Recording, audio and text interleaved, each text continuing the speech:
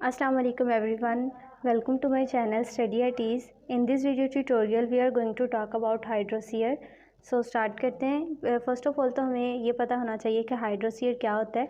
तो हाइड्रोस्फीयर हमारे पास क्या है, सक्सेशन की टाइप है जिसमें इक्वेटिक इकोसिस्टम, जो हमारे पास इक्वेटिक इकोसिस्टम है वो चेंज हो जाता है टेरेस्ट्रियल इकोसिस्टम में या फिर टेरेस्ट्रियल एनवायरनमेंट में। ठीक है, अब ये जो चेंजेस आ रही हैं एक्वेटिक से टेरेस्ट्रियल की तरफ, इसके अंदर डिफरेंट कम्युनिटीज़ जो हैं वो डेवलप होती हैं और एक कम्युनिटी दूसरी कम्युनिटी के अंदर चेंज होती है।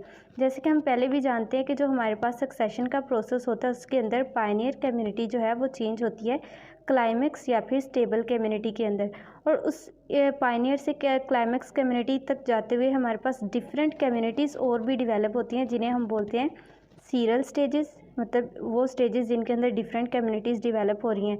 ठीक है, उन सीरल स्टेजेस के अंदर जो कम्युनिटीज़ डेवलप होती हैं हमने उन सब को वन बाय वन स्टडी करना है। तो आप इस डायग्राम की तरफ देखें। जैसे हमारे पास जो फर्स्ट कम्युनिटी बन रही है पायनियर कम्युनिटी, जिसको हम फाइटोप्लैंक्टन स्टेज भी बोल रहे हैं, और इसके अंदर ये डिफरेंट कम्युनिटीज़ बन रही हैं और इन द लास्ट हमारे पास क्लाइमेक्स कम्युनिटी आ रही है। ठीक है, तो इस डायग्राम के साथ हम एक एक स्टेप को डिटेल में स्टडी करेंगे। तो फर्स्ट ऑफ ऑल हम हाइड्रोस्फीयर की तरफ चलते हैं। हम हाइड्रोस्फीयर की डेफिनेशन देखते हैं कि हाइड्रोस्फीयर की डेफिनेशन है a type of succession in which an aquatic ecosystem like a pond और stream and its community is changed into a terrestrial community. इसके अंदर इक्वेटिक जो कम्युनिटी है वो किस में चेंज हो जाएगी, टेरेस्ट्रियल कम्युनिटी में। इसे हम बोलेंगे हाइड्रोस्फीयर। अब हमारे पास जितनी भी सक्सेशन की टाइप्स हैं लाइक हाइड्रोस्फीयर, जीरोस्फीयर, मीजोस्फीयर, सेमोस्फीयर, ठीक है, इन सब की जो पायनियर कम्युनिटीज़ होती हैं वो सबकी डिफरेंट होती हैं क्योंकि सबका जो इन्वायरमेंट है वो डिफरेंट है, उनका हैबिटेट डिफरेंट है। अब जो पायनियर कम्युनिटी है हाइड्रोस्फीयर की वो कौन सी है, फाइटोप्लैंक्टन्स। फाइटोप्लैंक्टन्स सबसे पहले ग्रो करते हैं जो कि होते हैं फ्री फ्लोटिंग ऑर्गेनिजम्स होते हैं जो कि फोटोसिंथेसिस करके अपनी खुराक खुद तैयार करते हैं। इनकी एग्जांपल्स है सम ब्लू ग्रीन एल्जी जिन्हें हम साइनोबैक्टीरिया बोलते हैं। ग्रीन एल्जी इसके एग्जांपल्स है स्पायरोगाइरा, ओइडोगोनियम। ठीक है, नेक्स्ट हमारे पास डाइटम्स और बैक्टीरिया, ये सारी पायनियर कम्युनिटीज़ हैं जो सबसे पहले एक पॉन्ड के अंदर कॉलोनाइज होती हैं। नेक्स्ट हमारे पास है सीरल कम्युनिटीज़। सीरल कम्युनिटीज़ वो हैं कि जो पायनियर कम्युनिटी से क्लाइमेक्स कम्युनिटी तक जाते हुए जो डिफरेंट कम्युनिटीज़ अंदर बनती हैं उन्हें हम बोलते हैं सीरल कम्युनिटीज़। अब इन डिफरेंट कम्युनिटीज़ को हमने स्टडी करना है वन बाय वन। अब जो हमारे पास सीरल कम्युनिटीज़ या सीरल स्टेजेस की जो फर्स्ट स्टेज है उसे हम बोलते हैं रूटेड सबमर्ज्ड स्टेज। इस स्टेज में हमारे पास क्या होता है, जो फाइटोप्लैंक्टन्स हैं लाइक हमारे पास blue green algae, bacteria, green algae, spirogyra जैसे ये जो फाइटोप्लैंक्टन्स होते हैं इनको कंज्यूम कर लेते हैं जू प्लैंक्टन्स। जू प्लैंक्टन्स कौन कौन से, अमीबा, पैरामीशियम और यूग्लिना, ये इनको क्या करेंगे, कंज्यूम करेंगे। और इनके अलावा fish such as bluegill fish, sunfish और लार्ज माउथ फिश, ये सारे जो जू प्लैंक्टन्स हैं ये फाइटोप्लैंक्टन्स को क्या करेंगे, कंज्यूम करेंगे। ठीक है, अब जब ये जू प्लैंक्टन्स डाई कर जाएंगे तो जो इनका कंटेंट होगा, जो इनके डेड ऑर्गेनिक मैटर्स होंगे वो पॉन्ड के अंदर क्या हो जाएंगे, जमा होने शुरू हो जाएंगे, अकामुलेट हो जाएंगे। अब ये अकामुलेट कैसे होते हैं, क्योंकि ये जो डेड ऑर्गेनिजम्स हैं इनके ऊपर बैक्टीरिया और फंजाई अटैक करते हैं, इनको डिकम्पोज करते हैं। ठीक है, और यूटिलाइज करके जो मिनरल्स हैं उनको रिलीज़ करते हैं पॉन्ड के अंदर। फर्स्ट करें ये हमारे पास पॉन्ड है, तो ये जो हमारे पास फाइटोप्लैंक्टन्स हैं उनको जू प्लैंक्टन्स खा लेंगे। ठीक है, अब ये जो जू प्लैंक्टन्स डाई करेंगे तो इनके ऊपर बैक्टीरिया और फंजाई अटैक करेंगे और जो ऑर्गेनिक मैटर है वो पॉन्ड के बेड पे आकर अकामुलेट हो जाएगा और इस तरह ऑर्गेनिक मैटर प्रोड्यूस होगा। अब दी न्यूट्रिएंट रिच मड स्पोर्ट्स, अब ये जो मड हमारे पास प्रोड्यूस हुआ है न्यूट्रिएंट रिच मड है, ये सपोर्ट करेगा कि ये ग्रोथ करवा सके रूटेड हाइड्रोफाइट्स की सच एज हाइड्रिला, वेलिस्नेरिया, इलोइडी और सिरेप्टोफाइलम। अब ये जो हमारे पास इलोइडी ये वीड है और सिरेप्टोफाइलम फ्लावरिंग प्लांट है। ठीक है, ये इनकी ग्रोथ को स्टार्ट करवा देगा। अब जैसे जैसे ये हमारे पास हाइड्रोफाइट्स बनना शुरू हो जाएंगे, कुछ हमारे पास ड्रैगन फ्लाइज, मे फ्लाइज, कुछ क्रस्टेशियंस हैं। क्रस्टेशियंस हमारे पास इक्वेटिक इंसेक्ट्स होते हैं, एसीलास, गैमरस, डेफनिया, साइप्रस, साइक्लोप्स, ये सारे भी यहाँ पर क्या होंगे, आकर रहना स्टार्ट कर देंगे। अब इसे आप डायग्राम में देखें, ये जो हमारे पास फाइटोप्लैंक्टन्स है, डाइटम्स, ब्लू ग्रीन एल्जी या ग्रीन एल्जी है, इनको जब जू प्लैंक्टन्स खा लेंगे तो यहाँ पर क्या होगा, हमारे पास ऑर्गेनिक मैटर कम्युलेट होना शुरू हो जाएगा, इनके डेड रिमेन्स जो हैं वहाँ से जो बनेगा। ठीक है, अब यहाँ पर मिनरल्स जो हैं वो बनना शुरू हो जाएंगे जो कि सपोर्ट करेंगे यहाँ पर हाइड्रोफाइट्स की ग्रोथ को। ठीक है,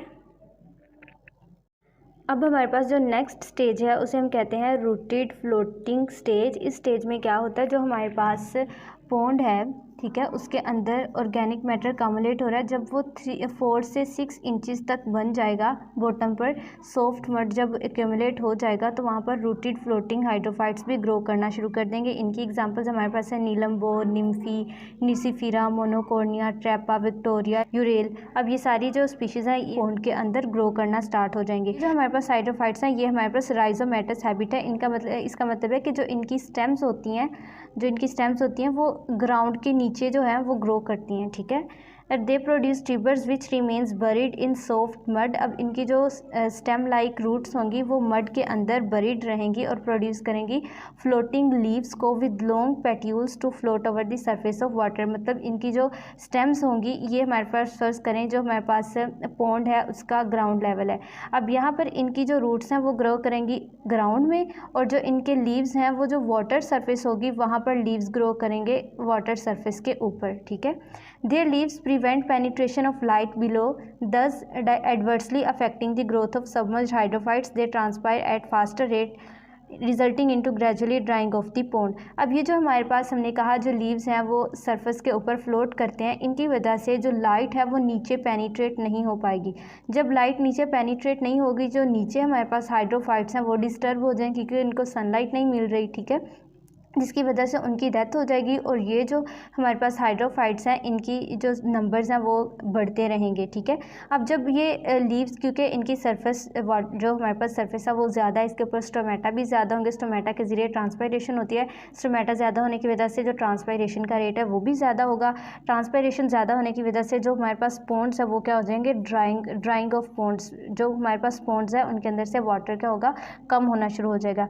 इन addition in floating stage faunal living space, जो हमारे पास फॉनल लिविंग प्लेस मतलब यहाँ पर फ्लोरा के साथ साथ, फ्लोरा मतलब डाइवर्सिटी ऑफ प्लांट्स के साथ साथ यहाँ पर फॉनल लिविंग स्पेस भी आएगी। मतलब यहाँ पर जो एनिमल्स की डाइवर्सिटी है वो भी इंक्रीज़ होगी। लाइक हमारे पास हाइड्रास जो कि इन्वर्टिब्रेट फ्रेश वाटर ऑर्गेनिज्म है, हमारे पास फ्रॉग्स हैं, स्लेमेंडर्स है, ये भी यहाँ पर आकर रहना स्टार्ट कर देंगे।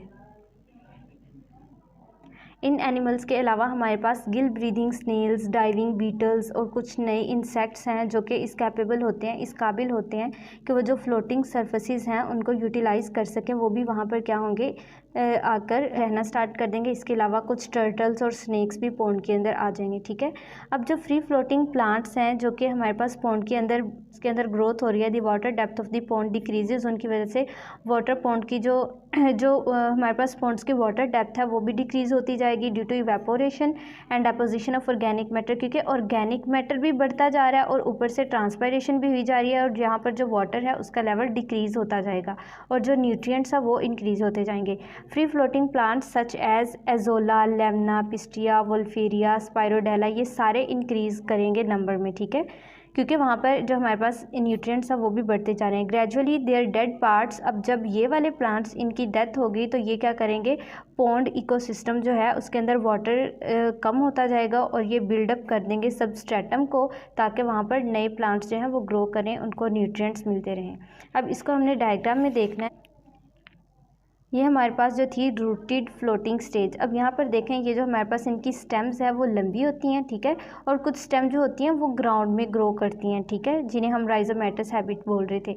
अब इनके जो लीव्स हैं वो कहाँ पर ग्रो कर रहे हैं, वाटर सरफेस के ऊपर, और इनके लीव्स क्योंकि बड़े बड़े होते हैं तो इनके अंदर स्टोमेटा भी ज़्यादा होंगे, रिवेपोरेशन भी ज़्यादा होती जाएगी और जो वाटर का लेवल है वो डिक्रीज़ होता जाएगा।